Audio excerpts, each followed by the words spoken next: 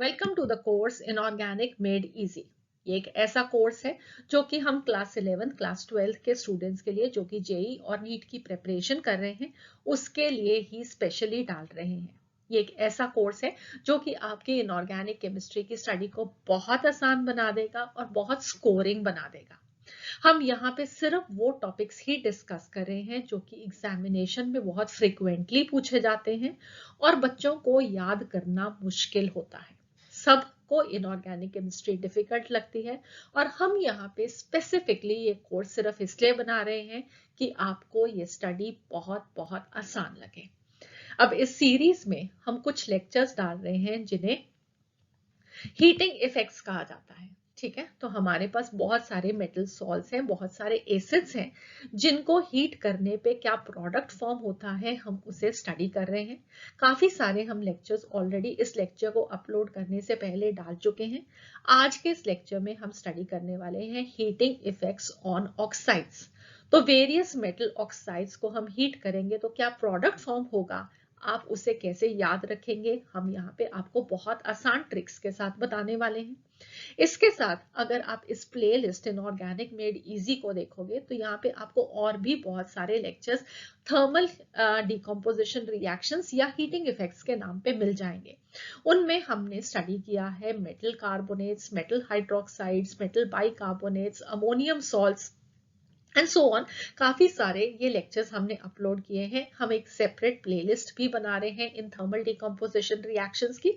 आप please make sure करना कि आप ये सब लेक्चर्स को जरूर वॉच करो। आप लोगों के सारे S block, P block, D block elements की बहुत सारे रिएक्शंस यहाँ पे आपको बहुत आसान तरीके से याद हो जाएंगे। तो आज हम ये जो हीटिंग इफेक्ट्स ऑन ऑक्साइड्स को स्टडी कर रहे हैं, ये उन सब लेक्चर्स का ही एक पार्ट भी आप कह सकते हो। और साथ में हम कुछ और इम्पोर्टेंट चीजें भी डिस्कस करने वाले हैं मेटल ऑक्साइड से रिलेटेड, जो कि आपके एग्जामिनेशन पॉइंट ऑफ व्यू से बहुत इंपॉर्टेंट है। उसके बाद at the end of the lecture कुछ क्वेश्चंस हम डिस्कस करेंगे जो कि एमसीक्यूज हैं, आपके एग्जामिनेशन में जैसे पूछे जाते हैं। तो कंप्लीट आपकी जेई और नीट की प्रिपरेशन के लिए ये लेक्चर बहुत ज्यादा हेल्पफुल होगा। सो प्लीज इसको कंप्लीट एंड तक जरूर देखिएगा। मैं हूं डॉक्टर रितु जौहर, आपकी educator from the channel H2O the A to Z of chemistry, and I hope कि आप ये लेक्चर मेरे साथ एंजॉय करेंगे। तो चलिए शुरू करते हैं आज की पढ़ाई। थर्मल डिकम्पोजिशन ऑफ ऑक्साइड्स को स्टडी करने से पहले आपको ये मालूम होना चाहिए कि थर्मल डिकम्पोजिशन से हमारा मतलब क्या है। अगर आप लोगों ने प्रीवियस लेक्चर्स देखे हैं कार्बोनेट्स पे, नाइट्रेट्स पे, सल्फेट्स पे, तो आप इस पोर्शन ऑफ द लेक्चर को 2-3 मिनट का आगे कर सकते हैं जहां पे मैं वही चीजें कि थर्मल डिकम्पोजिशन क्या होता है एंड सो ऑन उनको डिस्कस करूंगी। सो अबाउट 2-3 मिनट्स आप इस लेक्चर को फॉरवर्ड कर सकते हैं या आप इसको मेरे साथ जल्दी से रिवाइज भी कर सकते हैं। तो सबसे पहले हम अंडरस्टैंड करते हैं कि थर्मल डिकम्पोजिशन क्या होता है। तो थर्मल का मतलब है हीट, डिकम्पोजिशन का मतलब ब्रेक डाउन। तो इसका मतलब ये है कि हम किसी एक कंपाउंड को हीट करेंगे और वो ब्रेक करके क्या फॉर्म कर रहा है, दो या दो से ज्यादा प्रोडक्ट्स वो फॉर्म करेगा। तो वो कौन कौन से प्रोडक्ट्स फॉर्म करेगा वो हम यहाँ पे स्टडी करना चाहते हैं। फॉर एग्जाम्पल, अगर हमारे पास लिथियम नाइट्रेट हो तो लिथियम नाइट्रेट को जब हम हीट करते हैं तो वो फॉर्म करता है लिथियम ऑक्साइड, NO2 गैस और ऑक्सीजन गैस। तो ये तीन प्रोडक्ट्स इसको हीट करने पे बने। ये रिएक्शन कैसी होगी, ये एक थर्मल डिकम्पोजिशन रिएक्शन है।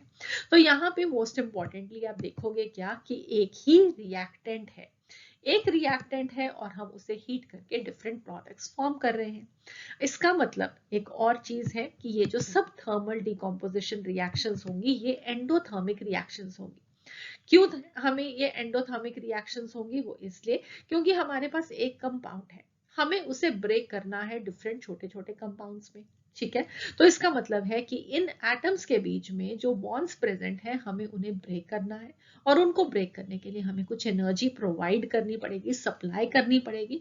और जहां पे भी रिएक्शन में हमें एनर्जी देनी पड़ती है तो उसे क्या बोलते हैं हम, एंडोथर्मिक रिएक्शन, राइट।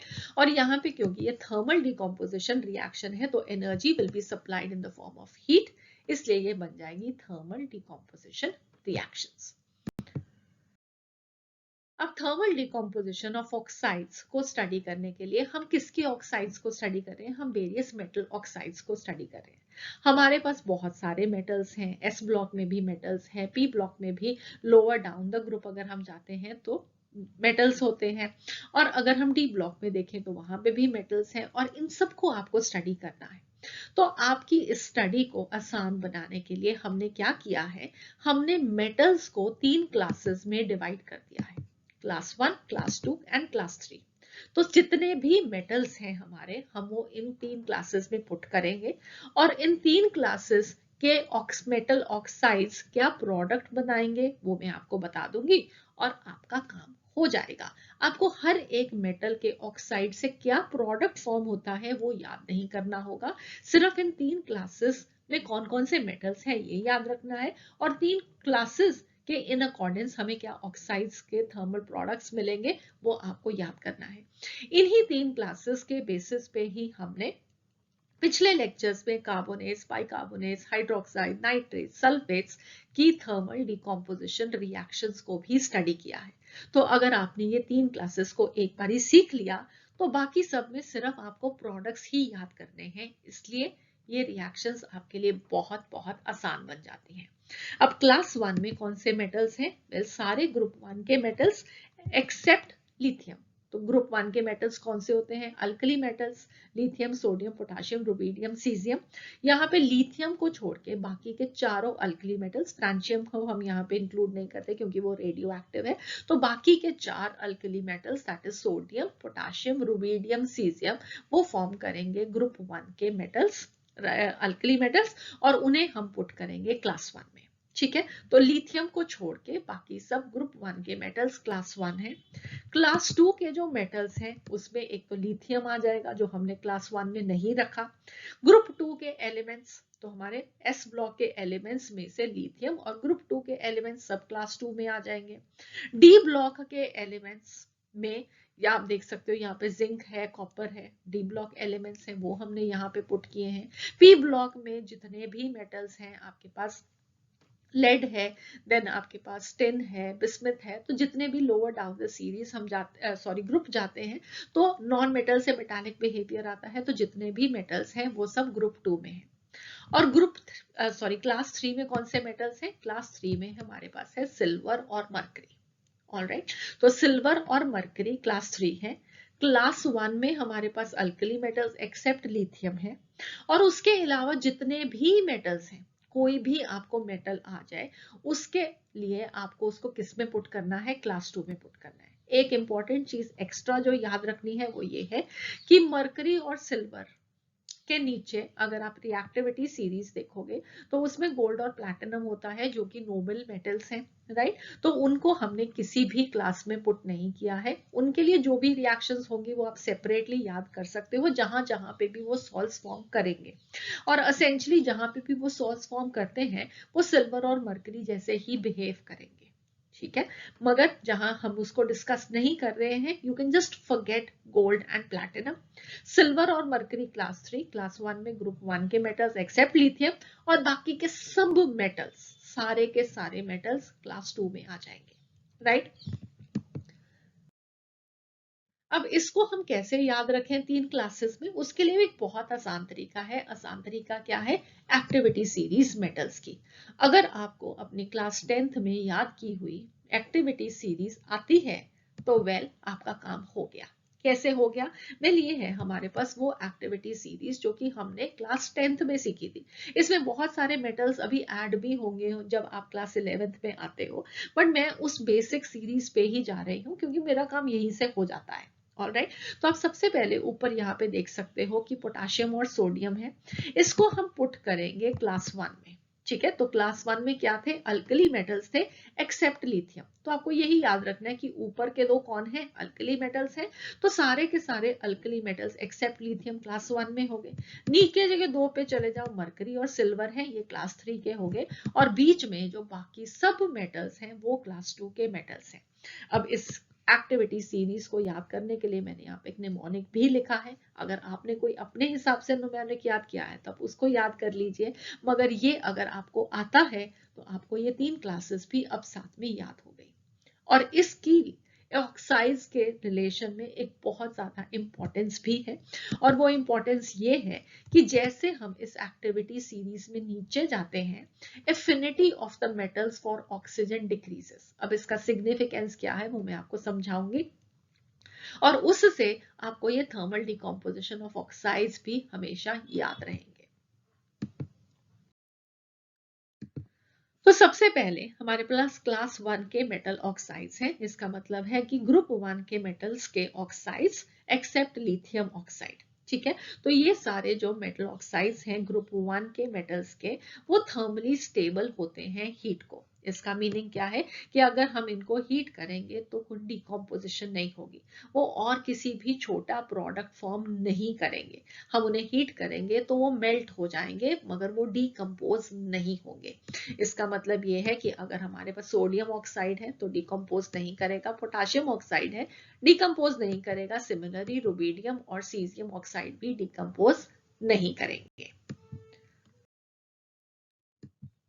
नेक्स्ट हमारे पास आ जाते हैं क्लास 2 के मेटल ऑक्साइड्स। अगेन ये भी थर्मली स्टेबल टू हीट है, ये डिकम्पोज नहीं करेंगे जब हम इन्हें हीट करेंगे। अगर हम इसका एग्जांपल ले तो मैग्नीशियम ऑक्साइड डिकम्पोज नहीं करेगा, लिथियम ऑक्साइड डिकम्पोज नहीं करेगा, कैल्शियम ऑक्साइड भी डिकम्पोज नहीं करेगा, लेड ऑक्साइड डिकम्पोज नहीं करेगा, जिंक ऑक्साइड भी डिकम्पोज नहीं करेगा। ठीक है, I hope this is clear कि ये सारे के सारे क्लास 1 और क्लास 2 के मेटल ऑक्साइड हीट करने पे डिकम्पोज नहीं कर रहे। सिमिलरली एल्यूमिनियम ऑक्साइड अगेन एक इंपॉर्टेंट ऑक्साइड है, ये भी हीट करने पे डिकम्पोज नहीं करेगा। अब हम चलते हैं क्लास 3 के मेटल ऑक्साइड्स पे, जो कि कौन से थे, सिल्वर और मरकरी। तो सिल्वर और मरकरी के जो ऑक्साइड्स होते हैं वो डिकम्पोज करते हैं हीट करने पे और फॉर्म करते हैं मेटल और ऑक्सीजन। इसका मतलब अगर हमारे पास सिल्वर ऑक्साइड होगा, आप उसे हीट करोगे तो सिल्वर और ऑक्सीजन बनेगा, मरकरिक ऑक्साइड को हीट करोगे तो मरकरी और ऑक्सीजन बनेगा, राइट। अगर आपने मेरे प्रीवियस लेक्चर्स देखे हैं जहां पे हमने कार्बोनेट्स, हाइड्रोक्साइड, सल्फेट्स या नाइट्रेट्स को डिस्कस किया है, तो ये जो थर्मल डिकम्पोजिशन ऑफ ऑक्साइड्स के प्रोडक्ट्स हैं आपको पहले ही आते होते, या अगर आपने ये लेक्चर देखा है और आप उन लेक्चर्स को देखोगे तो उसके आपको बहुत सारे प्रोडक्ट्स अपने आप से आ जाएंगे। कैसे, मैं आपको एक एग्जाम्पल देती हूँ। हमने स्टडी किए थे मेटल सल्फेट्स के बारे में। मेटल सल्फेट्स में हमने स्टडी किया कि जो क्लास 1 के मेटल सल्फेट्स होंगे वो डिकम्पोज नहीं करते हैं।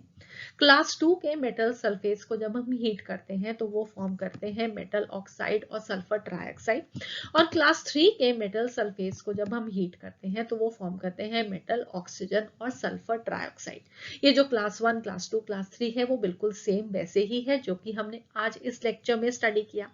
तो अब यहाँ पे आप देख सकते हो कि क्लास 3 में मेटल सल्फेट्स हैं, वो फॉर्म क्या कर रहे हैं, मेटल और ऑक्सीजन और सल्फर ट्राइऑक्साइड, जबकि क्लास 2 में क्या था, मेटल ऑक्साइड था। तो ये मेटल ऑक्साइड आगे टूटा नहीं क्लास 2 के केस में, जबकि क्लास 3 के केस में भी मेटल ऑक्साइड ही बना था, मगर वो मेटल ऑक्साइड भी अनस्टेबल था, इसलिए वो फर्दर डिकम्पोज करके मेटल और ऑक्सीजन फॉर्म कर गया। और क्लास 1 में तो सल्फेट्स ही स्टेबल थे, वो आगे फर्दर नहीं ब्रेक किया। तो हम इससे भी ये इन्फरेंस ड्रॉ कर सकते हैं कि क्लास 1 के जो मेटल ऑक्साइड्स होते हैं वो स्टेबल होंगे, क्लास 2 के मेटल ऑक्साइड्स भी स्टेबल होंगे, जबकि क्लास 3 के मेटल ऑक्साइड्स जब बनेंगे, राइट, तो वो ब्रेक करके मेटल और ऑक्सीजन फॉर्म कर देंगे। तो ये आपको उन लेक्चर्स की स्टडी में भी हेल्प करता है, और अगर आपने उनको पहले स्टडी किया है तो आज की लर्निंग में हेल्प करता है। ठीक है, अब हमने क्या स्टडी किया, हमने ये स्टडी किया कि as we move down the activity series the affinity of the metal for oxygen decreases. इसी वजह से हम देखते हैं कि जो एक्टिविटी सीरीज में सबसे नीचे मेटल्स थे, सिल्वर था, मरकरी था, उनके जो ऑक्साइड्स थे वो अनस्टेबल थे, और वो अनस्टेबल थे और उन्होंने ब्रेक करके मेटल और ऑक्सीजन को फॉर्म किया। ठीक है, क्योंकि उन मेटल्स की ऑक्सीजन के लिए एफिनिटी कम है, वो उसके साथ जुड़े हुए नहीं रहना चाहते। अब हमें ये कैसे मालूम लगा कि वो नहीं जुड़े रहना चाहते, वेल वो भी आपको बताती हूँ अभी। तो हमने ये सीखा कि as we go down the activity series the affinity for metals for oxygen decreases. इसे हम स्टडी करते हैं क्लास 12th में। क्लास 12th में अगर आप लोग क्लास 11th में हैं तो शायद अभी आपको ये समझ नहीं आएगा, तो जब आप क्लास 12th में होगे तो आप इस वीडियो को दोबारा से जरूर देखिएगा। तो क्लास 12th में मेटलर्जिकल प्रोसेसेस को स्टडी करते हुए हम स्टडी करते हैं एक बहुत इंपॉर्टेंट डायग्राम, एलिंगम डायग्राम। जिस डायग्राम के बेसिस पे हम वेरियस मेटल ऑक्साइड्स को कैसे मेटल में कन्वर्ट कर सकते हैं, उसमें रिडक्शन कर सकते हैं, वो सीखते हैं। मैं आपको उसका डायग्राम भी दिखाती हूँ।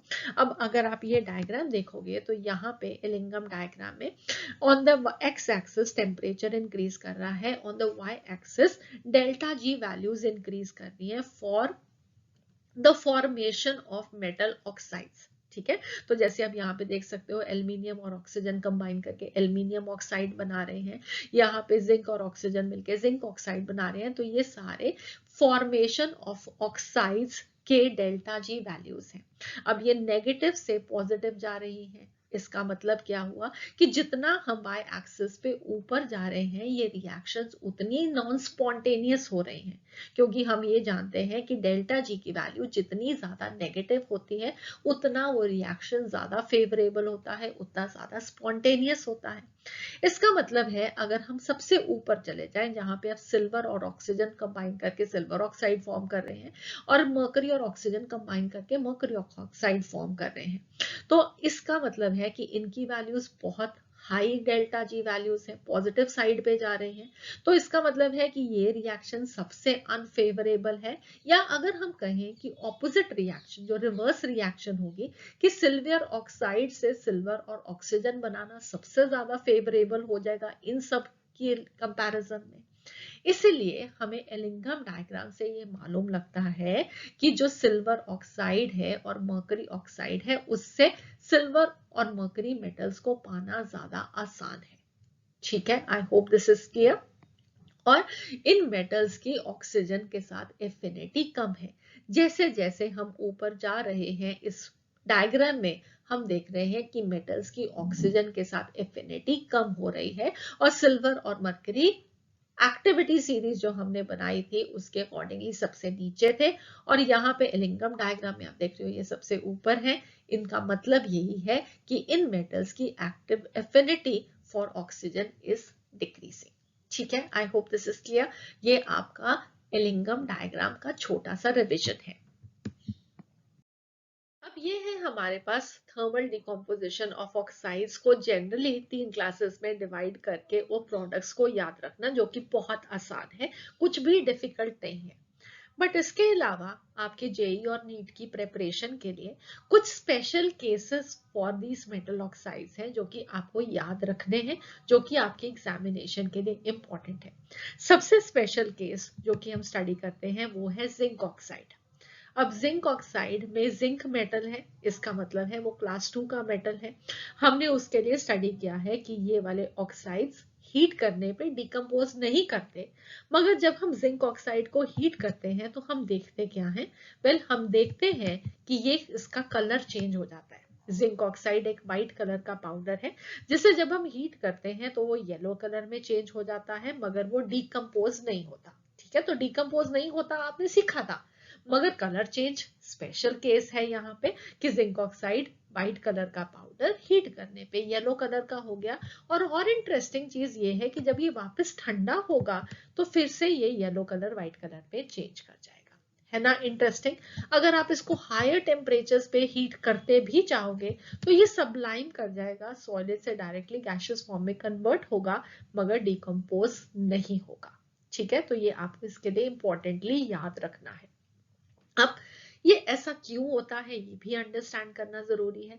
तो वो इसलिए होता है क्योंकि इस पे जब हम हीट करते हैं तो जिंक ऑक्साइड में से कुछ थोड़ा सा ऑक्सीजन जो होता है वो इवेपोरेट कर जाता है लैटिस में से, और उसमें थोड़े से जिंक एटम्स, ऑब्वियसली ऑक्सीजन चला गया मगर उसका जिंक पीछे ही रह गया, और वो प्रोड्यूस करता है लैटिस के अंदर डिफेक्ट्स, और उन डिफेक्ट्स की वजह से आता है कलर। इसको आपको अभी थोड़ा सा और इलैबोरेट करके समझा देती हूँ with the help of a diagram. मगर इसे आप लोगों ने कहाँ पे स्टडी किया है? Class 12 solid state. तो जिन लोगों ने क्लास 12 में सॉलिड स्टेट को स्टडी किया है उन्हें ये आता होना चाहिए। नहीं आता है तो वेल मैं आपको इसको रिवाइज करा रही हूँ, ये एक इम्पॉर्टेंट चीज है। और सॉलिड स्टेट में ये सारे जो एग्जाम्पल्स गिवन है वो सब आपको अच्छे से स्टडी करना है। मैंने यहाँ पे सिर्फ ऑक्साइड से रिलेटेड ही एग्जाम्पल उठाया है। ऑलराइट, अगर हम जिंक ऑक्साइड को डोप करें, उसमें कुछ इम्प्योरिटी डालें with minute traces of zinc which will give a range of colours yellow, green, brown and red, तो ये आप याद रख सकते हैं। तो जब हम हीट करते हैं जिंक ऑक्साइड को, होता क्या है कि उसमें से हीट करने पे थोड़ा अमाउंट ऑफ ऑक्सीजन जो है वो इवेपोरेट कर जाता है। इवेपोरेट कर जाएगा, ऑक्सीजन चला जाएगा, सारे का सारा नहीं, बस थोड़ा सा अमाउंट। और जितना वो चला जाएगा उसके रिलेटेड जितने भी जिंक आयंस हैं वो पीछे रह जाएंगे, और साथ में न्यूट्रलिटी को मेंटेन करने के लिए इलेक्ट्रॉन्स भी वही रह जाएंगे। तो हम क्रिस्टल लैटिस में क्या देखते हैं? हम क्रिस्टल लैटिस में देखते हैं कि जितने वो एक्सेस ऑफ जिंक आयंस होते हैं वो अपनी साइट को छोड़ के इंटरस्टिशियल साइट में आ जाते हैं, और साथ ही में जो इलेक्ट्रॉन्स ऑक्सीजन के निकल जाने के बाद बच जाते हैं वो भी इन इंटरस्टिशियल साइट्स में इंट्रैप हो जाते हैं, फंस जाते हैं। अब ये इलेक्ट्रॉन्स हैं, जब हम हीट कर रहे हैं तो एक्साइट होंगे तो वेरियस वेवलेंथ की एनर्जी को ये एब्जॉर्ब कर सकते हैं, और उसके कॉरेस्पॉन्डिंगली हमारे पास जो कलर आएगा जिंक ऑक्साइड का वो आएगा येलो कलर। ठीक है, तो आई होप अब आप लोगों को याद रहेगा कि ये yellow colour on heating of zinc oxide कहाँ से आया। तो प्लीज डू रिमेंबर कि जब हम हीट करेंगे जिंक ऑक्साइड को तो कलर चेंज होगा because of metal excess defect. ये आपको एग्जामिनेशन में पूछा जा सकता है, और ये इंपॉर्टेंट है solid state point of view से भी। ठीक है, तो यहाँ पे किस चीज का एक्सेस हुआ? एनायन का एक्सेस नहीं है, यहाँ पे मेटल का एक्सेस है। एनायन एक्सेस भी डिफेक्ट्स होते हैं, तो आप लोगों को वो सॉलिड स्टेट पे ही स्टडी करना होगा। सो अब हमारे पास नेक्स्ट जो एग्जाम्पल है वो है लेड के ऑक्साइड्स का। हमने एक ऑक्साइड लेड का स्टडी किया, वो था PbO। तो PbO को जब हम हीट करते हैं तो वो कोई भी प्रोडक्ट नहीं देगा डिकम्पोजिशन पे, वो डिकम्पोज नहीं होता। मगर हमारे पास लेड के और भी ऑक्साइड्स हैं, जैसे कि PbO2 है, Pb3O4 है, जिसे आपको अब यहाँ पे as a special case study करना है। सबसे पहले हमारे पास क्या है? PbO2 that is lead 4 oxide, जहां पे लेड की ऑक्सीडेशन स्टेट क्या है? +4। ठीक है, तो PbO2 में ऑक्सीजन -2 इंटू 2 विल बी -4, तो Pb क्या बन जाएगा? +4। तो +4 ऑक्सीडेशन स्टेट है यहाँ पे लेड की।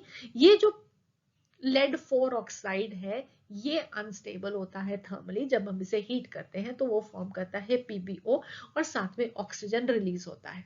अब अगर हम इसे एक लोअर टेम्परेचर पे हीट कर रहे हैं तो what it will be forming is going to be a different PbO, और अगर हम उसे हायर टेम्परेचर पे हीट करते हैं तो वो जो ऑक्साइड फॉर्म होगा वो एक डिफरेंट तरह का लेड ऑक्साइड होगा।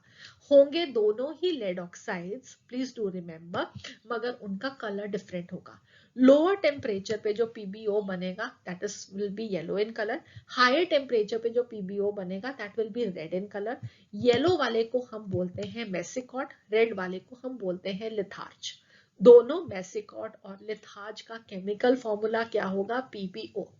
और इन दोनों में फर्क क्या है? इन दोनों में जो फर्क है वो है उनके क्रिस्टल लैटिस की शेप का।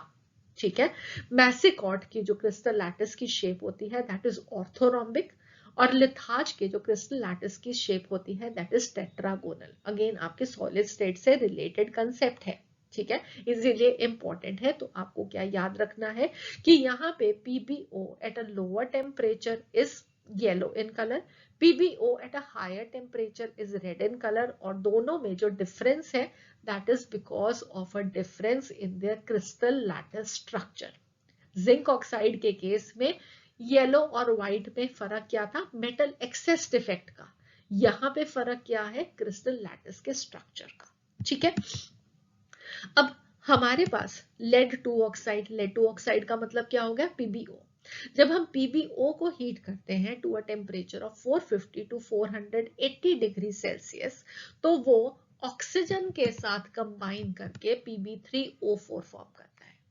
बाकी की सब डिकम्पोजिशन रिएक्शंस में आप स्टडी क्या कर रहे हो, सिर्फ एक ही रिएक्टेंट डिकम्पोज करने पे क्या प्रोडक्ट फॉर्म करता है। मगर यहाँ पे जब हम लेड ऑक्साइड को 450 टू 480 डिग्री सेल्सियस पे in presence of oxygen heat कर रहे हैं, तो हमारे पास क्या बन रहा है, Pb3O4, जिसे आप क्या बोलोगे, ट्राई प्लम्बिक टेट्राऑक्साइड, और इसका कॉमन नेम है रेड लेड। ठीक है, तो 3 नाम आपने याद किए, PbO येलो कलर वाला मेसिकॉट, PbO रेड कलर वाला लिथार्ज, और Pb3O4 रेड लेड कहते हैं, राइट। और बहुत इंटरेस्टिंग चीज ये है कि जब हम इसको 480 डिग्री से हायर टेम्परेचर पे भी कंटिन्यू करते हैं हीट करने पे, तो Pb3O4 वापस रिवर्स रिएक्शन करता है। तो वापस रिवर्स रिएक्शन होने पे क्या होगा, Pb3O4 को हम हीट करेंगे तो फिर से बन जाएगा PbO और O2। ठीक है, तो Pb3O4 से बना PbO और O2। समझ में आया। इसका मतलब ये है कि अगर आप PbO2 को हीट करोगे तो भी PbO और O2 बनेगा, और Pb3O4 को हीट करोगे तो भी PbO और O2 बनेगा। ठीक, I hope this is clear. और PbO का डिकम्पोजिशन प्रोडक्ट कोई नहीं है। अगर आप सिर्फ इसको हीट कर रहे हो इन एब्सेंस ऑफ ऑक्सीजन, तो ये डिकम्पोज नहीं हो रहा। ठीक है, सो प्लीज डू रिमेंबर, बहुत इंपॉर्टेंट है कि आप ये याद रखो कि PbO के हीटिंग पे जो चेंज हो रहा है कलर का, ये येलो और रेड का कलर का जो चेंज है, that is because of the structure of crystal lattice difference. ठीक है, तो इनके लैटिस का स्ट्रक्चर डिफरेंट है, इसलिए इनके कलर में डिफरेंट है। नेक्स्ट हमारे पास है मर्करिक ऑक्साइड। अब मर्करिक ऑक्साइड कौन सा, मर्करी कौन से एलिमेंट हो गया, क्लास 3 का मेटल। क्लास 3 का मेटल डिकम्पोज करके क्या फॉर्म करते हैं, मेटल और ऑक्सीजन। मगर उससे पहले वाले पे चलते हैं। जब थोड़ा सा हमने हीट करना शुरू किया, तो पहले मर्करिक ऑक्साइड येलो कलर का होता है, इसे हीट करते हैं तो ये रेड कलर में कन्वर्ट करता है। हम इसे जब स्ट्रॉन्ग हीटिंग करते हैं तो ये मर्करी और ऑक्सीजन में डिकम्पोज करता है। ठीक है, तो इसका मतलब ये है कि मर्करिक ऑक्साइड भी जो होता है वो फेयरली स्टेबल होता है। हायर टेम्परेचर पे ही हीट करने पे ये डिकम्पोज करेगा और मर्करी देगा, और मर्करी जो मेटल है वो कंडेंस कर जाएगा on the top of the test tube. अब ये जो मर्करी फॉर्म हुआ, प्लीज डू रिमेंबर कि क्या है, मर्करी के फ्यूम्स होते हैं, और ये मर्करी के फ्यूम्स जो होते हैं वो टॉक्सिक होते हैं, साथ में ऑक्सीजन लिबरेट होती है, और ये यहाँ पे क्या करेगा, फायर हैजर्ड को इंक्रीज कर देता है। ठीक है, इसलिए इस रिएक्शन को हम करते हैं एक एफिशिएंट फ्यूम हुड में, so as to avoid inhalation of mercury metal. Mercury metal हमारी हेल्थ के लिए अच्छा नहीं होता। ठीक है, और एक इंपॉर्टेंट चीज जो कि आप एडिशनली याद रख सकते हो, जो कि ऑक्साइड से रिलेटेड तो नहीं है मगर मर्करी से रिलेटेड है, और वो क्या है, हमारे पास एक और मर्करी का सॉल्ट है, मर्क्यूरिक आयोडाइड, राइट। तो दैट इज HgI2। उसका जो हीटिंग इफेक्ट्स हैं वो भी आपके लिए इंपॉर्टेंट है। मर्करिक ऑक्साइड एक स्कारलेट रेड कलर का ओडरलेस टेस्टलेस पाउडर है, ना स्मेल है ना टेस्ट है, स्कारलेट रेड कलर का है, सेंसिटिव होता है लाइट को, इनसॉल्युबल है वाटर में, और इस हैवियर है वाटर में तो सिंक डाउन कर जाएगा। ठीक है, अब अगर हम इसको हीट करेंगे तो एट अ हायर टेम्परेचर ये येलो कलर में कन्वर्ट हो जाएगा, और वापस ठंडा करने पे क्या हो जाएगा, अगेन रेड कलर का। ठीक है, तो इसका जो कलर है वो बिल्कुल ऑपोजिट हो गया ऑक्साइड के कलर से। मर्क्यूरिक ऑक्साइड में हमने स्टडी किया था कि at a lower temperature yellow colour का है, हीट करने पे रेड हो जाता है, और वापस कूल करोगे तो अगेन येलो कलर का हो जाएगा। अब आयोडाइड के केस में ऑपोजिट है, ठंडे वाला रेड कलर का है, गर्म करोगे तो येलो, और वापस करोगे ठंडा तो फिर से रेड कलर। ठीक है, तो आप इसको यहाँ पे इस तरीके से याद रख सकते हो, मर्करिक ऑक्साइड और मर्करिक आयोडाइड्स के कलर सिर्फ इंटरचेंजेबल। ऑक्साइड से रिलेटेड जो हमने हीटिंग इफेक्ट्स को स्टडी करना था, उसमें जो कुछ भी क्लास 12 और क्लास 11 की स्टडी में से आपको मैं समझा सकती थी, यहाँ पे डिस्कस कर सकती थी, मैंने किया। सो आई होप ये आप लोगों के लिए हेल्पफुल रहेगा। अब बिफोर वी फिनिश यहाँ पे 2-3 क्वेश्चन है, हम उनको जल्दी से देख लेते हैं सो दैट कि आपका ये लेक्चर रिवाइज भी हो जाए और आपको इसके इंपॉर्टेंट पॉइंट्स हमेशा याद रहे। तो सबसे पहला क्वेश्चन है, which of the following compounds will yield a metal on yielding? It is calcium oxide, silver oxide, sodium oxide और जिंक ऑक्साइड। तो आई होप अब आप लोगों को ये आसान लगना चाहिए कि आपको सिर्फ कौन सा मालूम होना चाहिए कि ये कौन सी क्लास का मेटल है। कैल्शियम क्लास 2 का मेटल है, सिल्वर क्लास 3 का मेटल है, सोडियम क्लास 1 का मेटल है और जिंक क्लास 2 का मेटल है। सिर्फ क्लास 3 के मेटल ऑक्साइड्स हीट करने पे मेटल देंगे। तो यहाँ पे क्लास 3 का मेटल कौन सा है? सिल्वर। सो करेक्ट आंसर क्या होगा? बी। नेक्स्ट क्वेश्चन है, the white zinc oxide turns yellow on heating because of Frenkel defect, metal excess defect, metal deficiency defect, Schottky defect. तो ये सब आपको सॉलिड स्टेट में जरूर आने चाहिए, बहुत बहुत इंपॉर्टेंट डिफेक्ट्स है। मगर हमने यहाँ पे कौन सा पढ़ा है? वेल, हमने पढ़ा है जिंक ऑक्साइड का effect is going to be metal excess defect. जब हम इसे हीट करते हैं तो वो येलो कलर का क्यों हो जाता है? Because of the excess of zinc ions. ठीक है, सो करेक्ट आंसर क्या हो जाएगा? बी। एक last question, litharge is chemically lead oxide PbO, PbO2, Pb3O4 and lead acetate। तो आई होप अब आप लोगों को इसका करेक्ट आंसर मालूम है। इसका करेक्ट आंसर होगा ए। तो लिथार्ज और मेसिकॉट दोनों PbO होते हैं। Pb3O4 को हम रेड लेड कहते हैं। ये आपको इंपॉर्टेंटली इस लेक्चर के बाद याद रहना चाहिए। would be all for this lecture. I hope आप लोगों को ये लेक्चर अच्छा लगा। आप लोगों ने इस लेक्चर में से जरूर कुछ गेन किया होगा जो कि आपको इसे अपने एग्जामिनेशन के लिए बहुत ज्यादा हेल्पफुल रहेगा। तो अगले लेक्चर में हम फिर से मिलेंगे और नए कंसेप्ट्स, नए ट्रिक्स, नए क्वेश्चंस के साथ। तो सी यू अगेन। अगले लेक्चर के लिए आपको नोटिफिकेशन मिलता रहे तो please do subscribe to the channel. अगर आपको हमारे लेक्चर्स अच्छे लग रहे हैं तो do click on the like link and also share it with your friends. अगर आपको कोई भी डाउट हो तो आप उसे कमेंट सेक्शन में डाल के पोस्ट कर सकते हैं। अगर आप पोस्ट नहीं कमेंट सेक्शन में डाल के करना चाहें या आप नहीं कर पाए, अगर क्वेश्चन लंबा हो तो आप हमें मेल भी कर सकते हैं at h2ochemistry@gmail.com। राइट, तो अगले लेक्चर में हम फिर से मिलेंगे। Bye bye for now from H2O, the A to Z of chemistry. See you again, have a nice day.